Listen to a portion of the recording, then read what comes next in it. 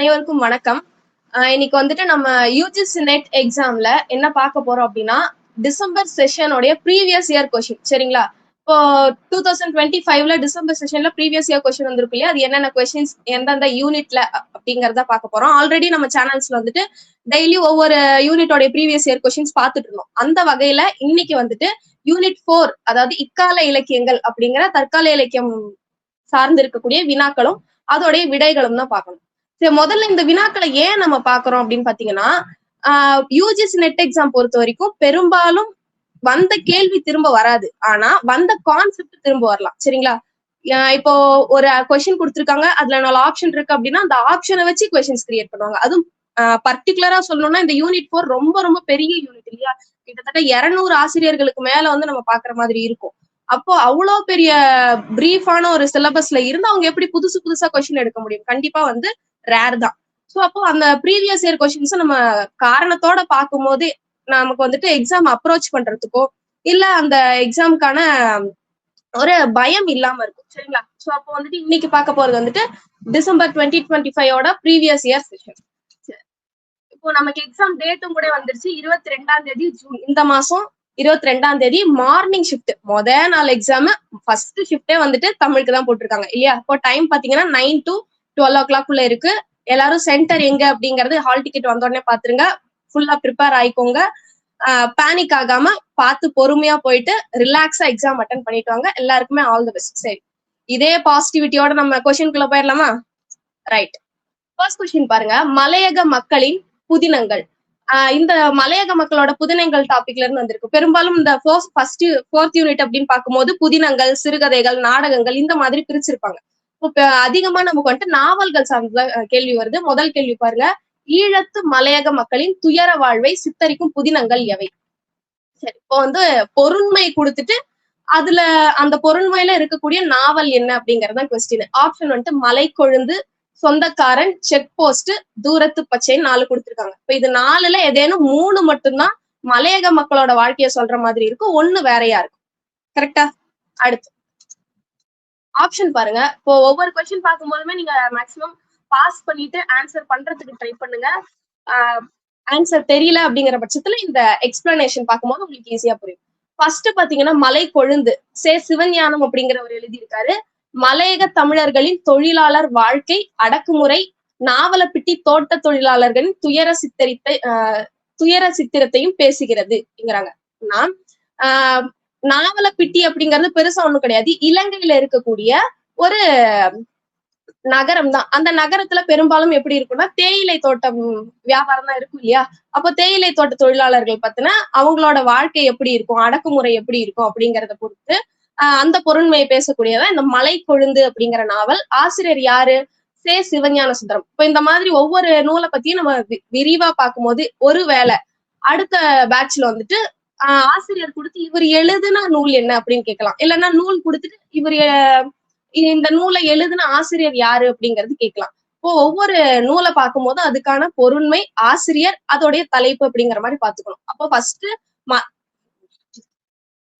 மலை கொழுந்து அப்படிங்கிறது தேயிலை தோட்ட தொழிலாளர்களுடைய சித்தரிப்பு, வாழ்க்கை சித்தரிப்பு அப்படிங்கிறது தெரிஞ்சிச்சு. அடுத்தது சொந்தக்காரன். சொந்தக்காரன் அந்த நூலோடைய ஆசிரியர் பாத்தீங்கன்னா பெனடிகட் பாலன் அப்படிங்கிறவங்க. இவர் வந்துட்டு ஏழ மலையக சூழலின் யதார்த்த நிலைமைகளை பேசியிருக்காரு. இந்த மலையகம் அப்படிங்கிறதும் வந்துட்டு எங்கன்னா இலங்கையில நடுப்பகுதியில இருக்கக்கூடிய இடம். சரிங்களா? அங்க இருக்கக்கூடிய மக்களுடைய வாழ்க்கையை பத்தி பேசுறது. அப்ப இதுவுமே என்னதுதான், மலையக மக்களோட வாழ்க்கையை பத்தி பேசுறது. அடுத்தது தூரத்து பச்சை. தூரத்து பச்சை அப்படிங்கிறது தமிழ்நாட்டுல இருந்து மலையகத்துக்கு ஒப்பந்த தொழிலாளியா போவாங்க இல்லையா? அவங்களுடைய துன்பத்தை பேசுறது. பரதேசி படம் எல்லாம் பார்க்கும்போது வந்து ஒரு கிராமத்துல இருந்துட்டு தேயிலை பறிக்கிறதுக்காக போவாங்க. அங்க ரொம்ப அடிமைத்தனமா வாழ்க்கையை வாழ்ந்துட்டு இருப்பாங்க. அந்த மாதிரியான ஒரு பாக்குறதுக்கு கொஞ்சம் பரதேசி படத்தோடைய கதை மாதிரி இருக்கும். அதுதான் வந்து தூரத்து பச்சை. இப்போ இது 3மே வந்து பாத்தீங்கன்னா மலையக மக்களுடைய வாழ்க்கையை பத்தி பேசுது. இப்போ இதுல பொருந்தாதது என்ன அப்படின்னு பாத்தீங்கன்னா செக் போஸ்ட். செக் போஸ்ட் எதை பத்தி பேசுதுன்னா வருவாய்த்துறையும் இப்போ இந்த சுங்கச்சாவடி, சோதனை சாவடி அப்படிலாம் சொல்லுவாங்க இல்லையா? அந்த மாதிரி இருக்கக்கூடிய ஒரு இடத்த பத்தி பேசுறது தானே தவிர இது தேயிலை தோட்டத்தை மையமா வச்சோ இல்ல மலையக மக்களோட வாழ்க்கையை மையமா வச்சோ பேசக்கூடிய நூல் கிடையாது. அதனால சி வராது. சோ நம்மளுடைய ஆன்சர் என்னது?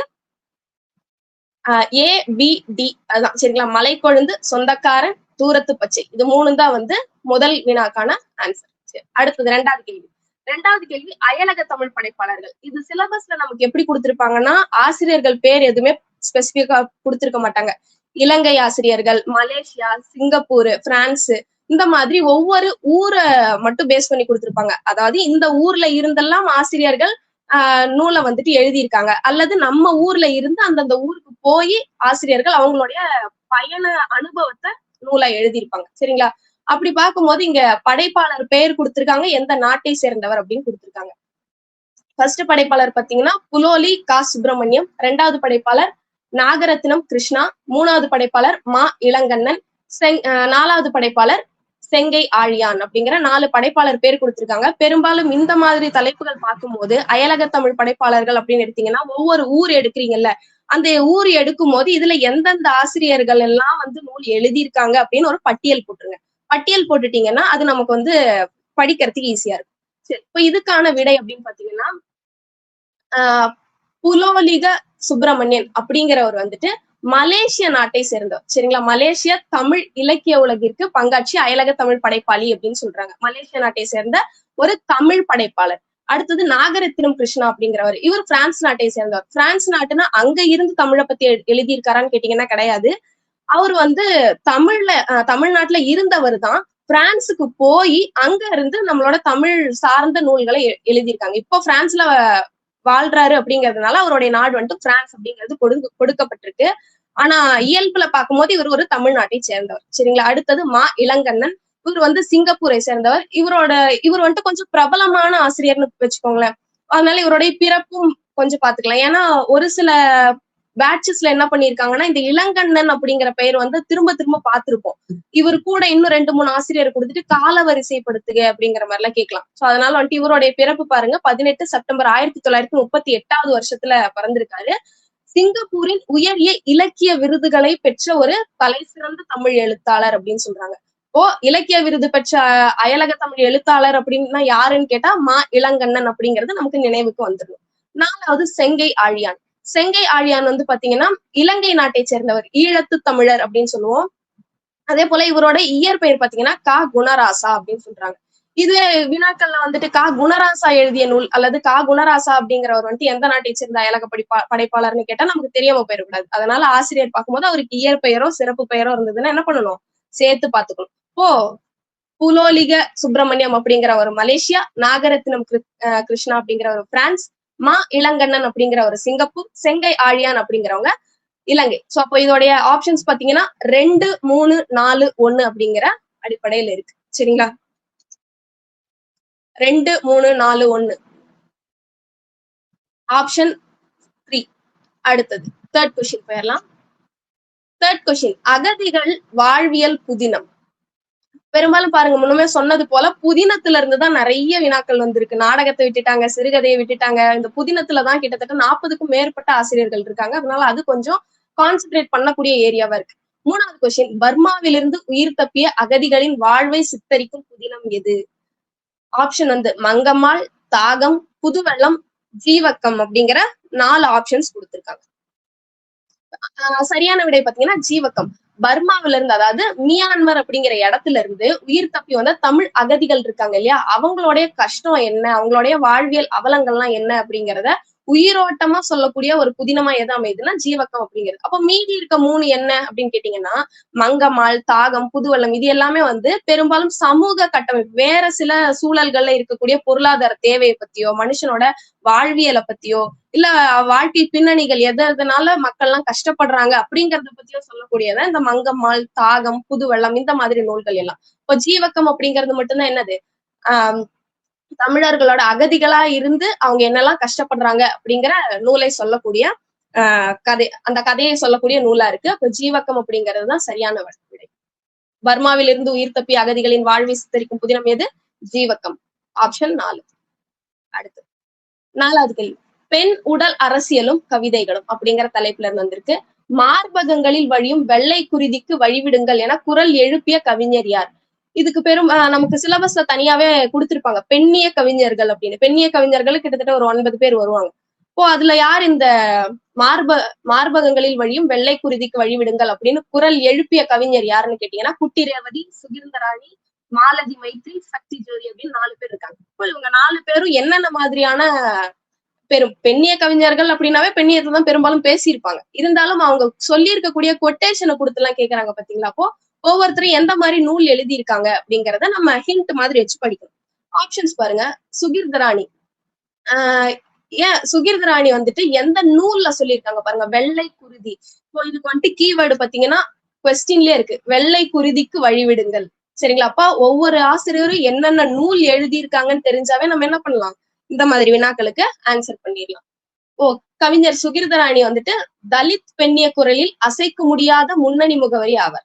தலித் பெண்ணியத்தை பத்தி அதிகமா பேசியிருக்காங்க. இவங்க எழுதின கவிதை நூல் தான் வெள்ளை குருதி அப்படிங்கிறது. இந்த நூல்ல பெண்ணோடைய உடல் அரசியலையும் அவங்க எப்படியெல்லாம் ஒடுக்கப்படுறாங்க, எப்படியெல்லாம் அவங்க கஷ்டப்படுறாங்க அப்படிங்கிற ஒரு உண்மையான விஷயத்த வந்து ரொம்ப தைரியமா பேசியிருப்பாங்க. இப்போ மீதி இருக்க 3 பேர் என்ன மாதிரி நாவல்களோ புதினங்களோ எழுதியிருக்காங்க அப்படின்னு பாத்தீங்கன்னா, குட்டி ரேவதி பாருங்க, இந்த வருஷங்கள் எல்லாமே வந்துட்டு உங்களுக்கு காலவரிசைப்படுத்துறதுக்கு உதவியா இருக்கும். நூல்களை கொடுத்துட்டு காலவரிசைப்படுத்த சொல்லலாம்.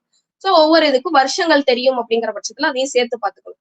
குட்டி ரேவதி அப்படிங்கிறவங்க வந்துட்டு 1974 பிறந்திருக்காங்க. சித்த மருத்துவரா இருக்காரு.